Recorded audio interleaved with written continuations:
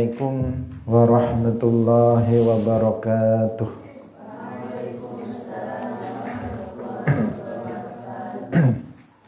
Alhamdulillahi rabbil alamin. Lahu ni'matu wa lahul fadlu wa lahu thana'ul hasan. Wassalawatu wa ala alihi wa ashabihi tayyibin tahirin. جميع أهل القبور من المسلمين والمسلمات. الفاتحة. أعوذ بالله من الشيطان الرجيم. بسم الله الرحمن الرحيم. الحمد لله رب العالمين. الرحمن الرحيم. مالك يوم الدين. إياك نعبد وإياك نستعين. اهدنا الصراط المستقيم. صراط الذين أنعمت عليهم غير المغضوب عليهم ولا الضالين. Amin. Hadirin hadirat kaum muslimin muslimat, pemirsa Madu TV rahimakumullah. Alhamdulillah, kita sangat bersyukur kepada Allah Subhanahu wa taala. Pada pagi hari ini kita masih dilimpahi taufiknya, kemampuan untuk melakukan ketaatan. Dalam hal ini adalah hadir dalam majelis ilmu untuk melanjutkan pengajian kitab Mukhtasar Ibn Abi Jamrah. Semoga Allah Subhanahu wa taala memberikan keistiqomahan kepada kita semuanya. Amin ya rabbal alamin. Salawat dan salam semoga tetap terlimpahkan kepada Nabi Muhammad sallallahu alaihi wasallam, Imamul Anbiya wal Mursalin, Khatamun Nabiyyin. Semoga Allah Subhanahu wa taala memberikan syafaat, Rasulullah memberikan syafaat kepada kita semuanya dengan sebab kita memperbanyak sholawat kepada beliau. Amin ya rabbal alamin. Mari kita ikhlaskan niat kita masing-masing. Jangan lupa bahwa kehadiran kita semata-mata lillahi ta'ala. Kita sampai pada hadis 132.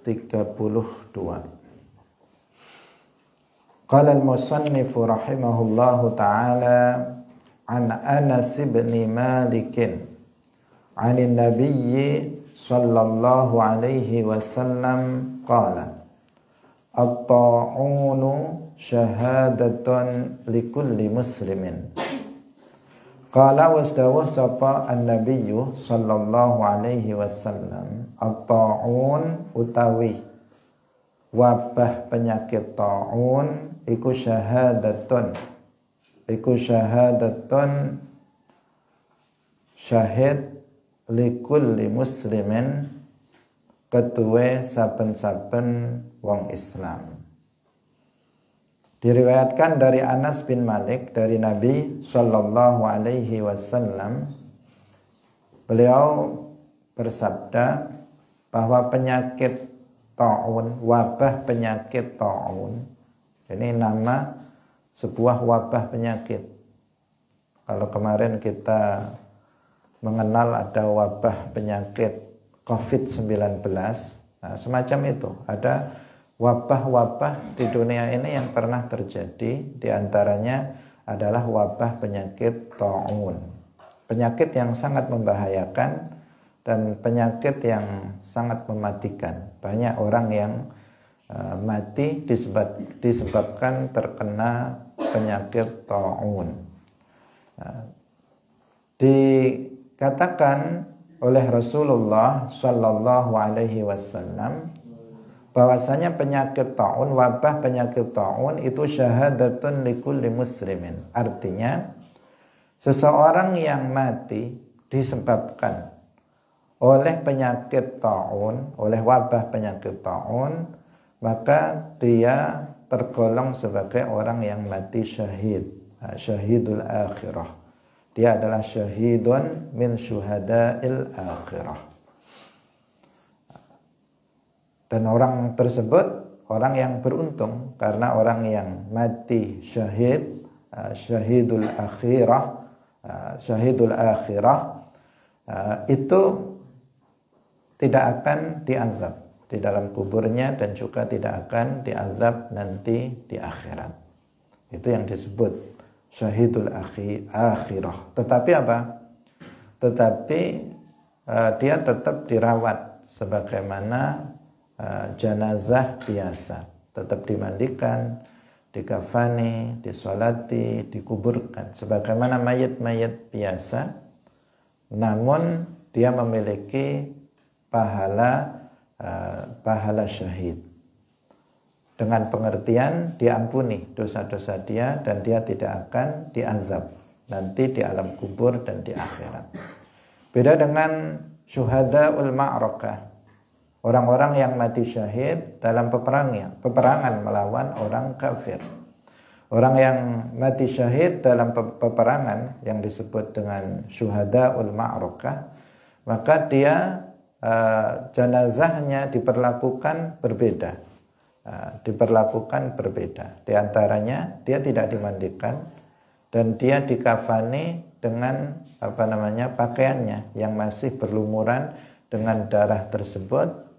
Jika mencukupi maka cukup dengan pakaiannya itu, jika enggak maka ditambahkan. Kemudian dia tidak disolati, hanya dia dikuburkan. Itu syuhadaul ma'rakah. Kemuliaannya lebih tinggi dibandingkan dengan syuhadaul akhirah ini. Kalau syuhadaul akhirah banyak sekali jenisnya. Di antaranya orang yang mati disebabkan oleh penyakit taun, wabah penyakit taun, atau orang yang mati disebabkan sakit perut, atau orang yang mati disebabkan jatuh dari tempat yang tinggi, atau orang yang mati disebabkan keruntuhan rumahnya yang roboh misalnya, atau seseorang yang mati sakit perut dan seterusnya. Orang-orang tersebut namanya syuhadaul akhirah. Diampuni dosa-dosa dia disebabkan hal-hal tersebut, jika kematiannya disebabkan oleh hal-hal tersebut. Dan masih banyak lagi orang yang tenggelam matinya, itu juga demikian. Tapi bukan orang yang bunuh diri, misalnya dengan masuk ke dalam air bunuh diri, maka itu dosa besar. Atau orang yang bunuh diri jatuh dari loteng ke 10 misalnya, biar mati jatuh. Kalau bunuh diri maka itu bukan syahid, tetapi sangit. Atau dia mati dalam keadaan melakukan dosa besar. Anil Barra ibni Azibin qala. Kita lanjutkan. Anil Barra ibni Azibin qala. Saking sahabat Al-Barra ibni Azib radhiyallahu anhu qala. Qala wasdawa sapa Al-Barra ibnu Azib. Ra'aitu was ningali sapa ingsun an-nabiyya ing Kanjeng Nabi sallallahu alaihi wasallam. Yaumal ahzabi ing dalem dinane perang Ahzab. Yang kulu mindah sapa Kanjeng Nabi at-turaba ing tanah.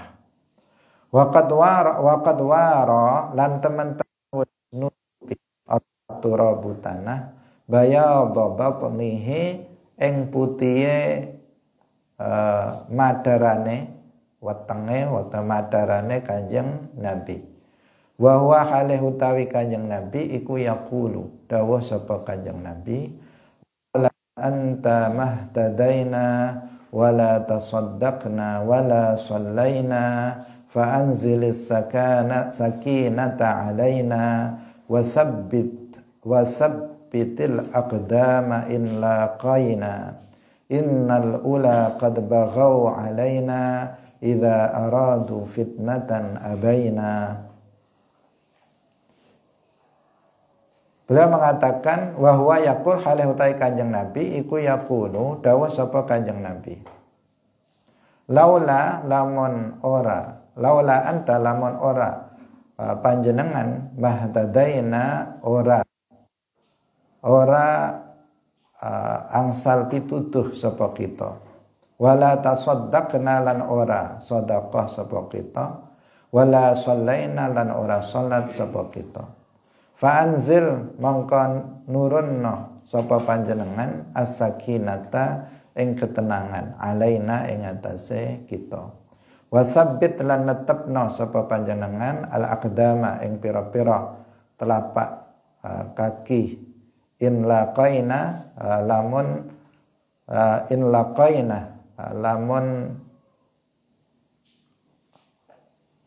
maksudnya lamun den hisab sapa kita. Innal ula sak temene wong-wong akeh qad baghaw kang padha kufur sapa al ula alaina ing atase kita idza aradu tatkala ngarepaken sapa al ula fitnatan ing fitnah abaina ngabeaken sapa kita. Hadirin rahimakumullah. Al-Bara ibnu Azib radhiyallahu anhu beliau mengatakan aku melihat Nabi sallallahu alaihi wasallam dalam perang Ahzab. Perang Ahzab yang dikenal dengan sebutan perang Khandaq. Jadi ada perang disebut dengan nama Al-Ahzab, perang Ahzab, dan disebut dengan perang Khandaq. Disebut dengan Ahzab. Ahzab itu jamak dari Hizbun. Kalau Hizbun, kalau sekarang itu dimaknai dengan partai. Partai. Hizib itu partai. Artinya golongan-golongan. Ahzab artinya banyak golongan. Orang-orang kafir yang ketika itu satu dengan orang-orang kafir Quraisy untuk memerangi Rasulullah Shallallahu Alaihi Wasallam. Jadi musuh Nabi ketika itu adalah pasukan sekutu. Nah, kalau sekarang ada pasukan sekutu Amerika yang terdiri dari Inggris dan negara-negara Eropa, itu namanya sekutu. Ini juga pasukan sekutu dari berbagai daerah kelompok orang-orang kafir. Mereka bersekutu untuk Rasulullah Shallallahu Alaihi Wasallam di Al-Madinatul Munawwarah. Sehingga atas usulan dari seorang sahabat namanya Salman Al-Farisi, beliau menerima usulan Salman untuk membuat Khandaq. Khandaq itu semacam parit besar yang mengelilingi Madinah.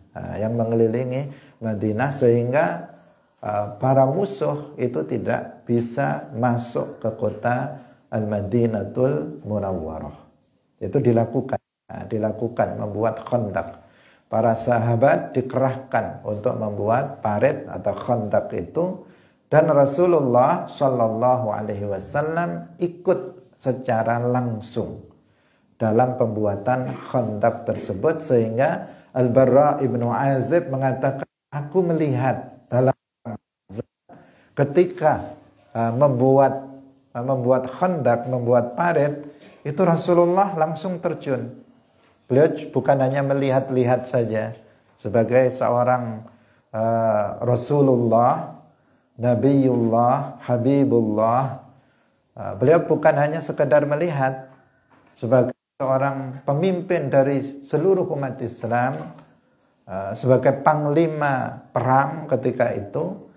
Beliau tidak sekedar perintah, tidak sekedar mengamati, melihat, memantau sebagaimana para bos pada masa sekarang atau sebagaimana para jenderal pada masa sekarang. Kalau sekarang panglima TNI-nya Nah, itu tinggal perintah saja para prajurit. Nah, buat terjun di lapangan, kerja bakti, memantau jauh. Nggak ikut panglimanya terjun dalam kegiatan kerja bakti atau kerja bakti membangun desa misalnya. Nggak ikut panglimanya. Tapi yang pangkatnya rendah-rendah itu yang disuruh untuk kerja. Tapi Nabi SAW tidak. Beliau ikut dalam pembuatan Khandaq itu, sehingga beliau mengatakan sampai tanah itu menutupi putihnya perut beliau. Berarti perut Nabi itu putih, ya. Putih yang menunjukkan ya kesempurnaan bagi Rasulullah SAW, karena kita mengetahui bahwa Rasulullah SAW adalah ajmalu khalqillah. Beliau adalah makhluk Allah yang paling tampan. Karena Allah Subhanahu wa taala menganugerahkan ketampanan seluruhnya untuk Rasulullah sallallahu alaihi wasallam. Jika Nabi Yusuf alaihissalam diberikan separuh dari ketampanan, Nabi Muhammad sallallahu alaihi wasallam itu dianugerahkan seluruh ketampanan. Sehingga meskipun kita mengenal orang yang paling tampan itu, yang terkenal itu adalah Nabi Yusuf alaihissalam, tetapi Nabi Muhammad itu ajmal minhu. Nabi Muhammad itu lebih tampan daripada Nabi Yusuf alaihissalam. Hanya saja pernah kita sampaikan bahwa ketampanan Nabi dengan ketampanan Nabi Yusuf itu berbeda. Kalau ketampanan Nabi Muhammad sallallahu alaihi wasallam itu menular. Menular apabila kita misalnya berada di dekat Nabi, semoga Allah bisa menganugerahkan itu kepada kita, berada di dekat Nabi, maka kita yang di dekatnya itu tertular dengan ketampanan beliau. Cahaya ketampanan beliau itu akan akan menular ke kita. Kita yang nggak tampan jadi ikut tampan dikarenakan berada di dekat Rasulullah Shallallahu Alaihi Wasallam. Sedangkan kalau Nabi Yusuf alaihissalam sangat tampan, tetapi ketampanannya seperti dalam pengertian ketampanannya seperti ketampanan pada umumnya. Ketampanan pada umumnya itu kalau misalnya di sini ada satu yang tampan, maka yang lain tambah jelek. Yang lain tambah jelek. Karena apa? Karena yang tampak hanya satu. Yang tampak hanya satu. Misalnya saya memandang di sini, yang lain nggak tampak lagi.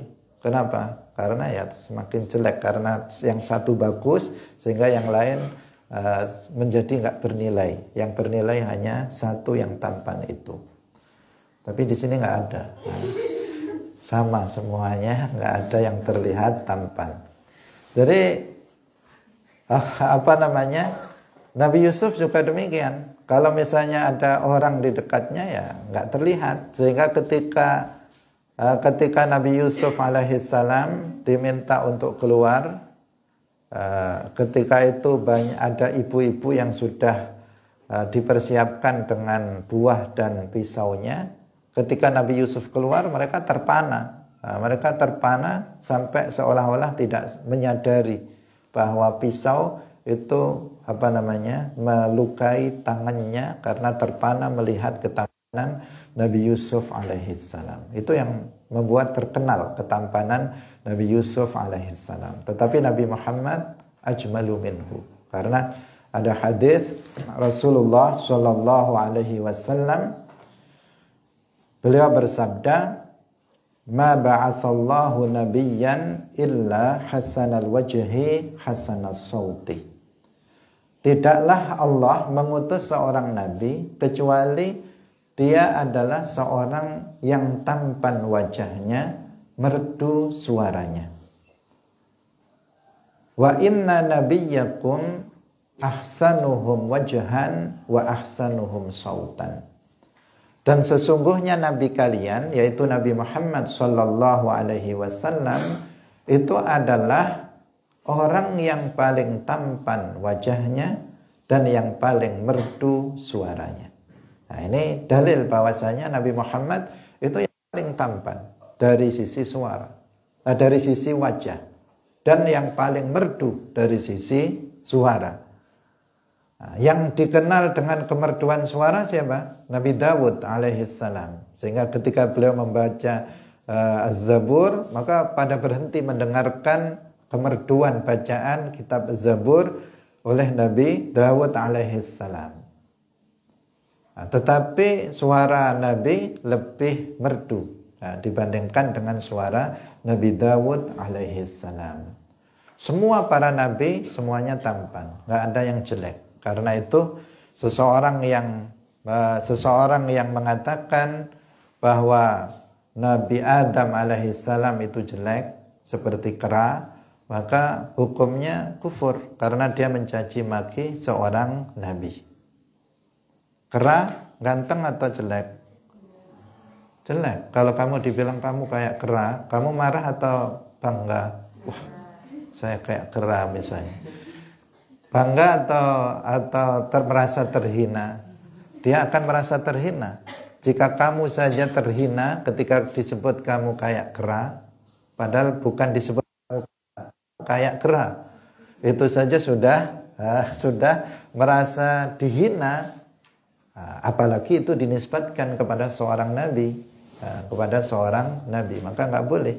Karena ada sebagian orang yang terpengaruh dengan teori Darwin, yang mengatakan manusia berasal dari kera, itu mengatakan bahwa Nabi Adam itu mirip dengan kera karena dia manusia pertama menurut teori Darwin, sehingga masih terlihat seperti kera. Jalannya bongkok, kemudian badannya penuh dengan rambut, kemudian wajahnya kayak kera. Itu apa? Itu penghinaan terhadap seorang nabi. Penghinaan terhadap seorang nabi. Teori Darwin jelas batil. Jelas batil. Karena manusia itu diciptakan fi ahsani taqwim, dalam bentuk yang paling bagus, yang paling sempurna dibandingkan dengan makhluk-makhluk Allah yang lainnya. Dan bahwa khusus untuk para nabi dikatakan dalam hadis ini, ma ba'atsallahu nabiyyan illa hasanal wajhi hasanal sauti. Allah tidak mengutus seorang nabi kecuali dia itu adalah orang yang tampan wajahnya. Dan Nabi Adam adalah nabi, maka beliau itu hasanal wajhi. Wajahnya tampan, suaranya merdu. Bahkan Nabi Adam alaihissalam, postur tubuhnya itu sangat tinggi, 60 dhira', sekitar 12 meter tingginya, dan lebarnya itu 7 dhira'. Itu postur tubuh Nabi Adam alaihissalam, sangat besar dibandingkan dengan kita. Hadirin rahimakumullah, Nabi Muhammad sallallahu alaihi wasallam terlihat sampai karena kerja ngangkati tanah, namanya buat parit.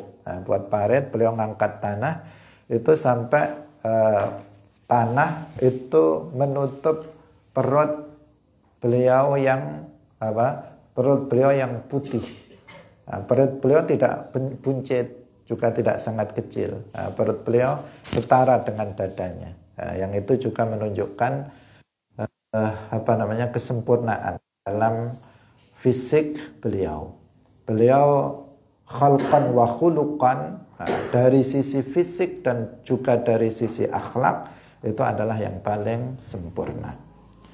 Hadirin rahimakumullah, ketika itu beliau sambil mengangkat tanah yang dikatakan menutup putihnya perut beliau sambil mensabdakan pernyataan berikut ini.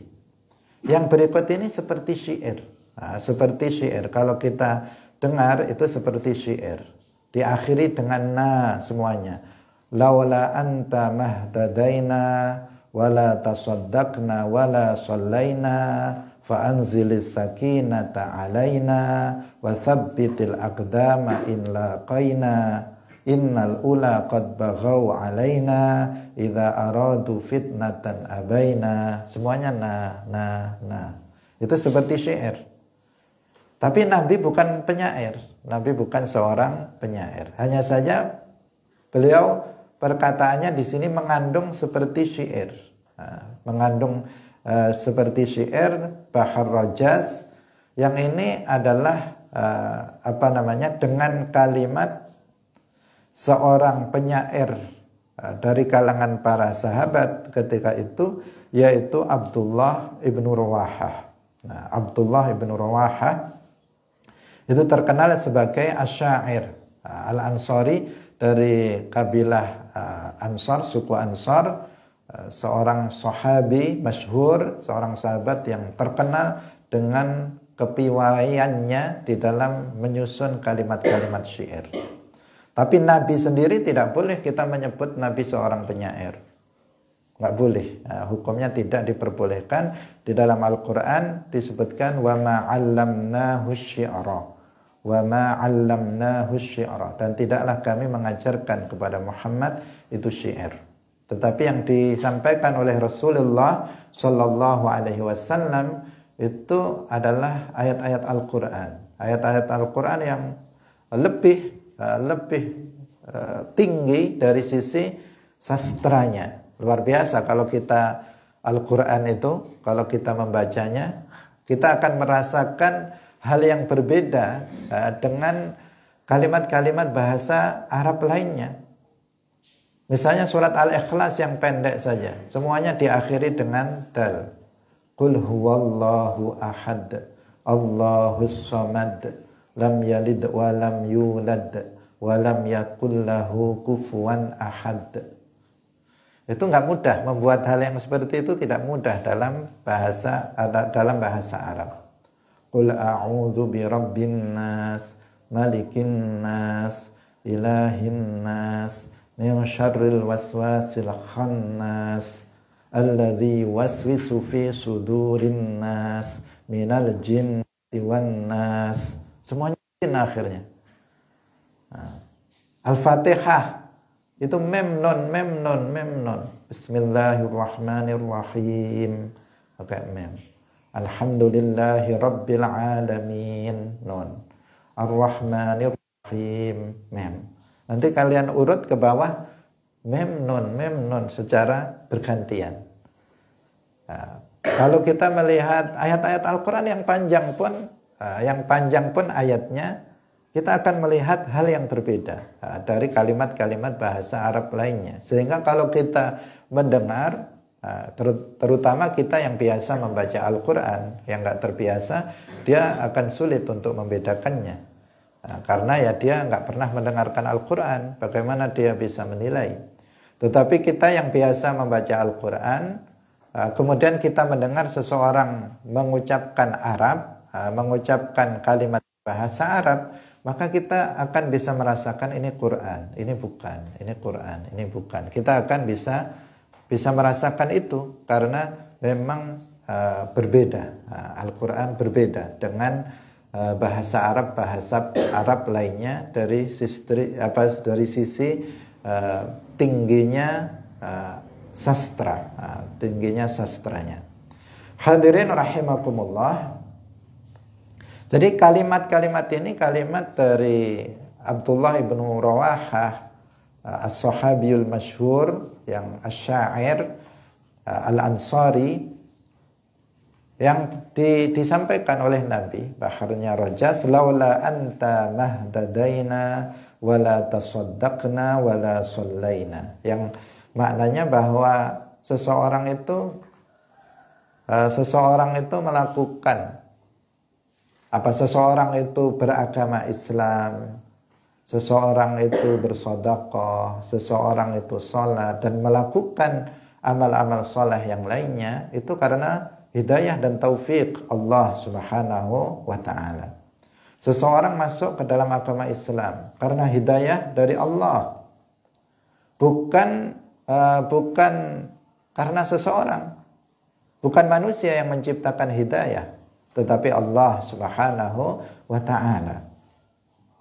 Itu maksud laula anta mahtadaina. Kalau tidak karena engkau ya Allah, artinya jika engkau tidak memberiku hidayah, maka kami tidak akan mendapatkan hidayah. Itu. Dan itu keyakinan ahli sunnah wal jamaah. Manusia tidak bisa menentukan hidayahnya, tetapi Allah Subhanahu wa ta'ala yang menciptakan hidayah. Dan sangat banyak bukti yang menunjukkan itu. Nabi Muhammad sallallahu alaihi wasallam al-hadi itu bukan artinya pencipta hidayah. Di sini namanya ittifaqun fil lafzi wa ikhtilafun fil ma'na. Sama lafadznya, beda maknanya. Kita mengatakan Allah al-hadi, ya kan? Di antara nama-nama Allah adalah al-hadi. Dan juga di antara nama Nabi Muhammad itu al-hadi, Muhammad al-hadi, Allah al-hadi. Lafadznya sama, tetapi maknanya beda. Allah al-hadi itu artinya Allah yang menciptakan hidayah di hati orang yang Allah kehendaki. Nah, sementara Nabi Muhammad al-hadi artinya Nabi Muhammad yang menunjukkan jalan hidayah. Yang menunjukkan jalan hidayah, inilah yang benar, ini Islam, ini perkara yang hak, ini perkara yang batil. Menunjukkan jalan hidayah. Tetapi siapa yang menciptakan dan menentukan hidayah di hati manusia? Allah Subhanahu wa ta'ala. Buktinya sangat banyak. Di antaranya misalnya Nabi Nuh alaihi salam memiliki istri dan anak bernama Kan'an yang kafir. Padahal anaknya sendiri, istrinya sendiri. Apakah Nabi Nuh tidak mengajaknya masuk Islam? Tentu saja mengajaknya masuk ke dalam Islam. Orang lain saja diajak masuk ke dalam agama Islam, apalagi keluarganya, apalagi istri dan anak-anaknya. Beliau mendakwai mereka dan beliau tidak lalai dalam hal ini. Tetapi Allah tidak memberikan hidayah, maka dia tetap istrinya dan juga Kan'an tetap dalam kekufurannya. Demikian juga istri Nabi Lut alaihi salam. Istri Nabi Lut alaihi salam tetap dalam kekafirannya. Nabi Lut sudah mengajarinya Islam, sudah mengajaknya masuk ke dalam agama Islam, dan beliau tidak lalai dalam masalah mendakwai istrinya. Tetapi Allah tidak memberikannya hidayah, maka dia tetap dalam kekufurannya, bahkan termasuk orang yang menentang Nabi Lut alaihissalam. Nabi Ibrahim alaihissalam, ayahnya Azar, tetap dalam kekufuran. Azar, ayah Nabi Ibrahim yang sangat terkenal dengan hujjahnya dalam akidah, hujjahnya dalam tauhid. Beliau tidak bisa menciptakan hidayah di hati ayahnya sendiri. Ayahnya tetap dalam kekufuran sampai mati. Apakah Nabi Ibrahim tidak mendakwai bapaknya? Beliau mendakwahinya. Beliau berusaha keras untuk menunjukkan jalan hidayah kepada ayahnya. Tapi Allah tidak menciptakan hidayah di hati Nabi Ibrahim alaihissalam. Maka dia tetap dalam kekufurannya. Abu Talib paman Nabi. Abu Talib paman Nabi. Abu Lahab juga paman Nabi. Tetapi apakah keduanya itu Muslim? Tidak. Tidak beriman. Keduanya bahkan termasuk musuh Nabi, orang kafir yang paling keras memusuhi Rasulullah Shallallahu Alaihi Wasallam. Untuk Abu Lahab, untuk Abu Talib tidak memusuhi Nabi, bahkan dia mengetahui tentang kebenaran Islam, sehingga dia membantu dakwah Islam, dakwah Rasulullah Shallallahu Alaihi Wasallam. Tetapi apakah keduanya masuk ke dalam agama Islam? Tidak. Nabi apakah tidak menginginkan keduanya masuk dalam Islam? Sangat menginginkannya. Seperti yang kemarin kita jelaskan, Nabi ketika diperintahkan untuk dakwah secara jahriyah, Nabi mengumpulkan anggota keluarganya, termasuk di situ Abu Lahab. Tetapi ketika Abu Lahab mendengar dakwah Nabi, dia malah mengatakan tabbat tabban laka ya Muhammad. Celaka kamu wahai Muhammad. Apakah kamu mengumpulkan kami hanya untuk ini? Ditentang Rasulullah Shallallahu Alaihi Wasallam sampai kemudian turun surat Al-Lahab yang di situ terdapat nas bahwasanya Abu Lahab akan mati dalam keadaan kafir dan masuk ke dalam neraka bersama istrinya yang juga menentang dakwah Rasulullah Shallallahu Alaihi Wasallam. Abu Thalib juga demikian. Rasulullah menginginkan pamannya yang baik secara zahir baik karena mendukung dakwah Islam, melindungi dakwah Rasulullah Shallallahu Alaihi Wasallam. Tetapi Allah tidak menciptakan hidayah.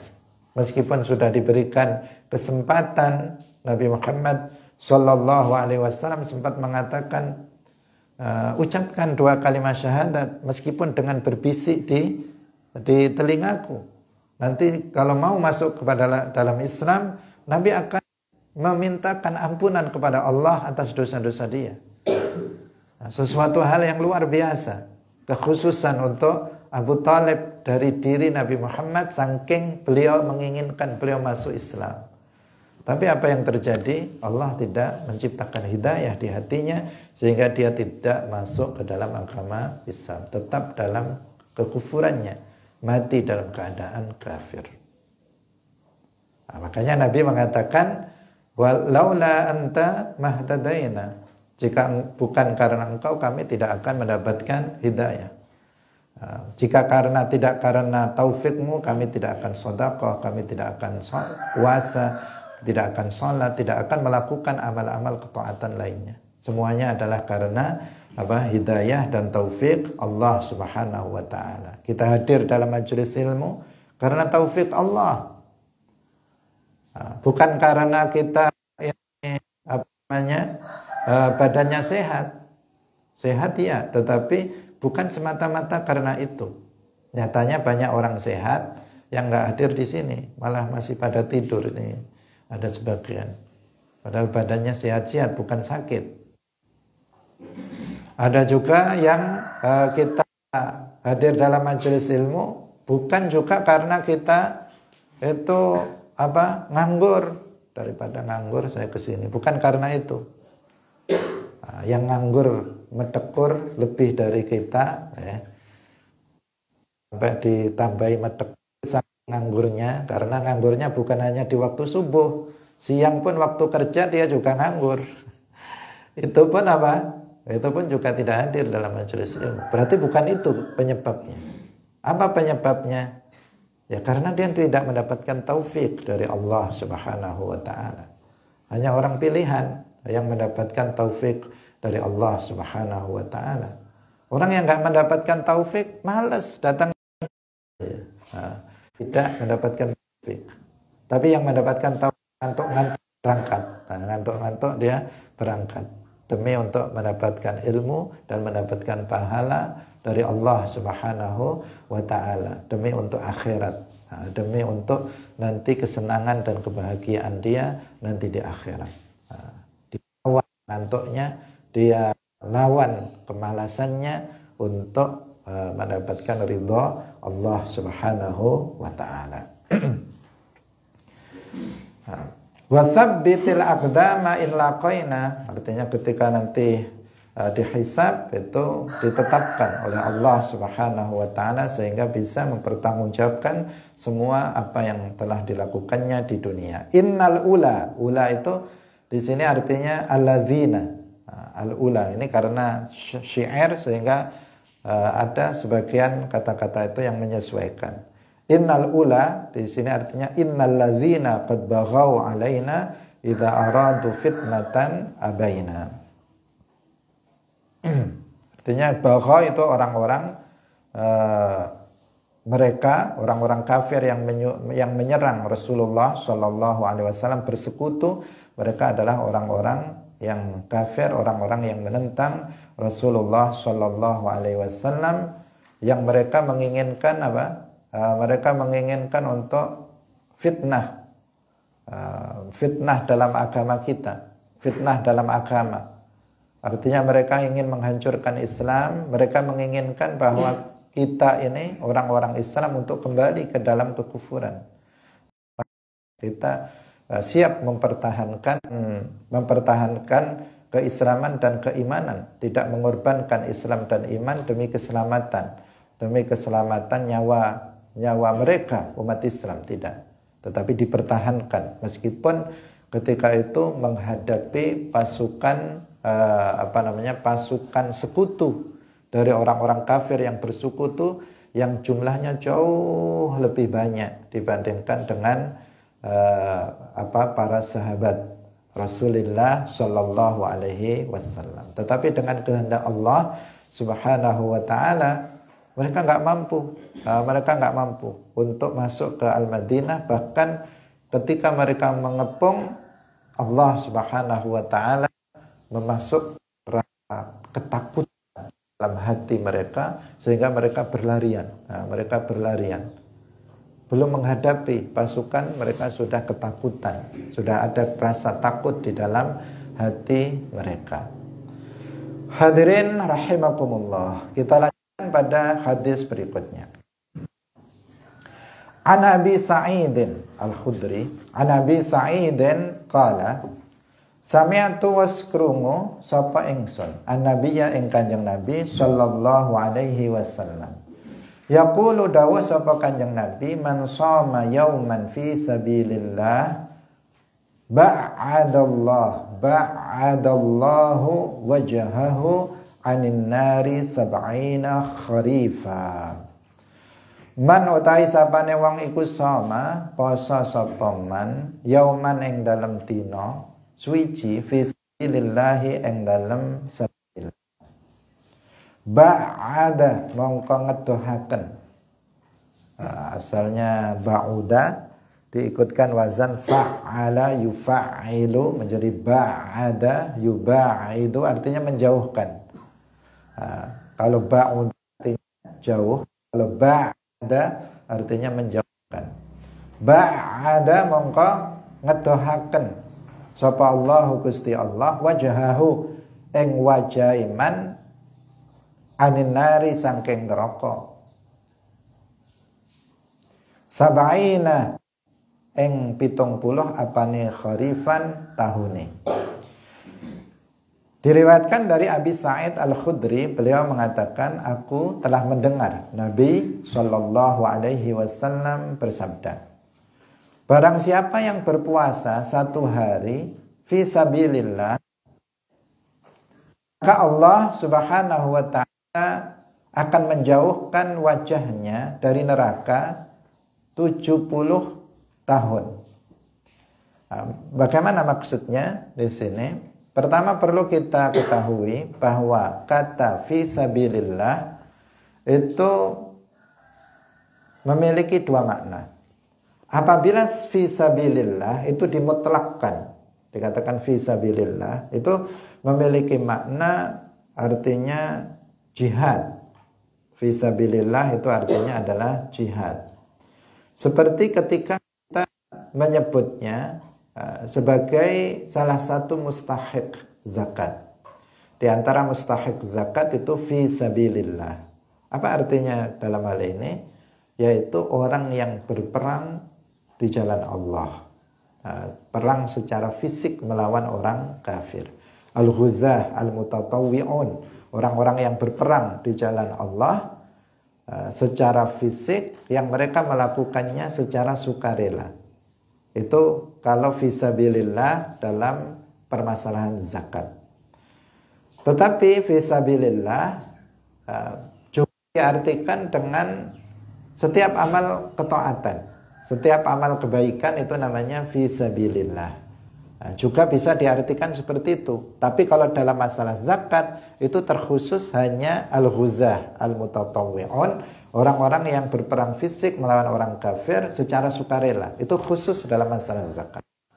Dan ketika dimutlakkan disebut fisabilillah, maka artinya jihad. Tetapi terkadang fisabilillah itu juga diartikan setiap amal kebaikan, setiap amal ketaatan. dalam masalah selain zakat. Nah, di sini yang mana? Nah, bisa dua-duanya. Di sini fisabilillah bisa di dua-duanya. Bisa yang dimaksud adalah jihad fisabilillah, bisa yang dimaksud adalah amal ketaatan kepada Allah. Jadi kalau jihad berarti barang siapa yang dia berpuasa pada hari di mana dia berperang fisabilillah. Jadi dia perang dalam kondisi dia berpuasa. Nah, jadi ketika dia perang itu dia dalam kondisi berpuasa. Maka pahalanya ini diantara faidah daripada puasa, faidah atau hikmah dari puasa adalah bahwa Allah Subhanahu wa ta'ala akan menjauhkan dia wajahahu, secara asal maknanya wajahahu, wajahnya. Tetapi wajah di sini artinya zat. Wajah dalam bahasa Arab memiliki beberapa makna. Makna zahir dari wajah itu adalah al-jarihah, wajah jarihah. Ini namanya wajah. Muka. Nah, kita menyebutnya dalam bahasa Indonesia muka. Itu makna wajah secara zahir, makna zahir, makna pertama dari kata al-wajah. Tetapi al-wajah terkadang berarti zat, berarti qiblah, berarti al-mulk dan sebagainya. Seperti yang kita tahu dalam Al-Quran. Fa'ainama tuwallu fathamma wajhullah. Apa artinya? Qiblatullah. Wajhullah ay qiblat Allah.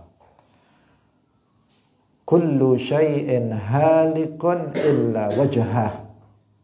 Kullu syai'in halikun illa wajhah. Segala sesuatu itu akan binasa kecuali wajhah. Imam Bukhari mengatakan illa mulkahu. Kecuali kekuasaan Allah. Semua kekuasaan akan sirna kecuali kekuasaan Allah yang enggak akan sirna.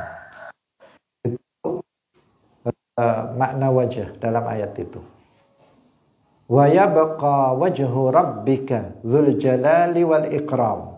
Apa artinya wa yabqa wajhu rabbika dzul jalali wal ikram? Ai dzatu rabbika.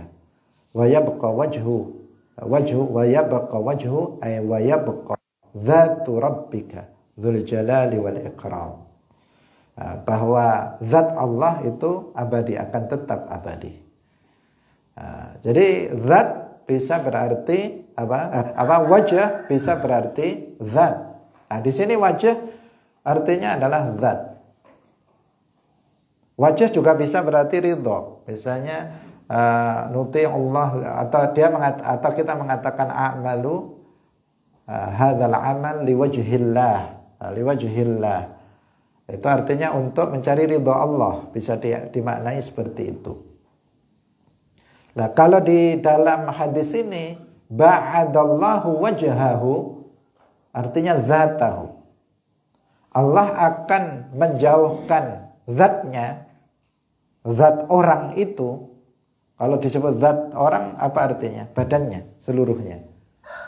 Dari ujung kepala sampai ujung kaki. Dari ujung rambut sampai ujung kaki. Itu namanya zat manusia. Nah, Allah akan menjauhkan manusia itu seutuhnya. Bukan hanya wajahnya saja yang dijauhkan dari neraka, kakinya masih di neraka, enggak. Tidak seperti itu. Nah, tetapi keseluruhan badannya akan diselamatkan, dijauhkan, artinya dia tidak akan masuk ke dalam neraka. Bisa difahami? Nah, sab'ina kharifah. Sab'ina kharifah yang ini kita pelajari dalam kitab Mukhtasar. Ada hadis innal abda la yatakallamu bil kalimati la yara biha ba'san yahwi biha finnari sab'ina kharifa. Apa artinya sab'ina kharifa? Artinya 70 tahun. 70 tahun. Kharif itu sebenarnya nama dari musim. Nah, di Arab itu ada 4 musim. Ada musim namanya soif. Apa artinya? musim panas. Ada musim namanya asyita, kebalikan dari soif, musim dingin.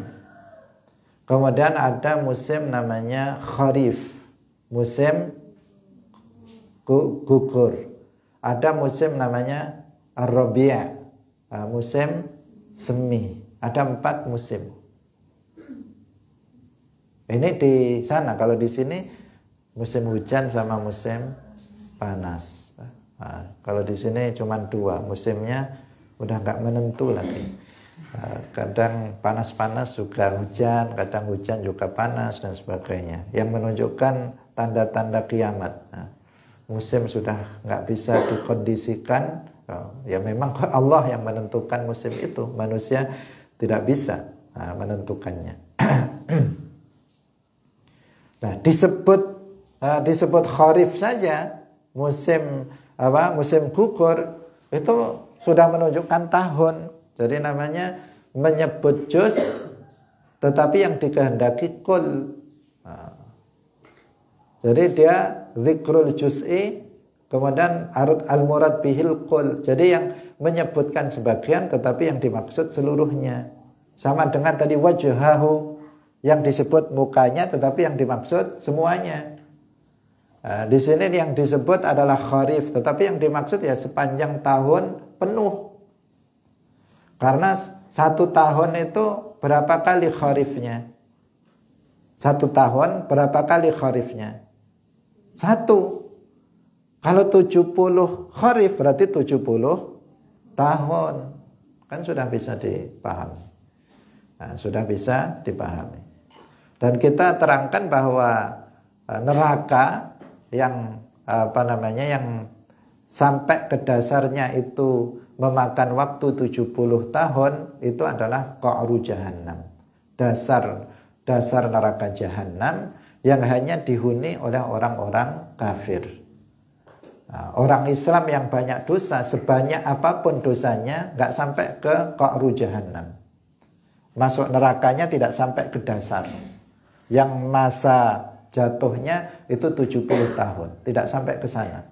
Sebanyak apapun dosanya kalau dia mati dalam keadaan mukmin. Tetapi orang kafir itu yang berada di qa'ru jahannam. Yang untuk sampai ke dasar itu, ke qa'ru jahannam, itu membutuhkan waktu 70 tahun.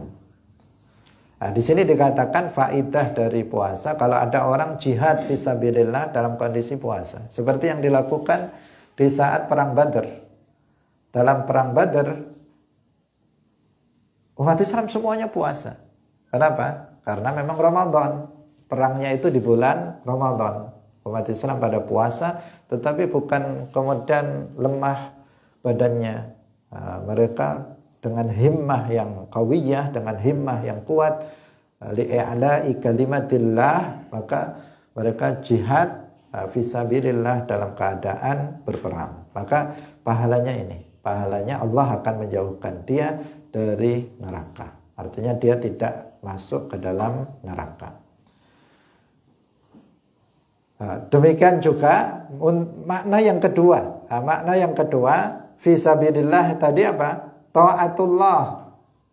Seseorang yang melakukan ketaatan, melakukan puasa karena taat terhadap Allah, karena ketaatannya kepada Allah Subhanahu wa taala, maka Allah akan menjauhkan diri dia dari api neraka yang jaraknya untuk sampai ke dasar itu adalah 70 tahun.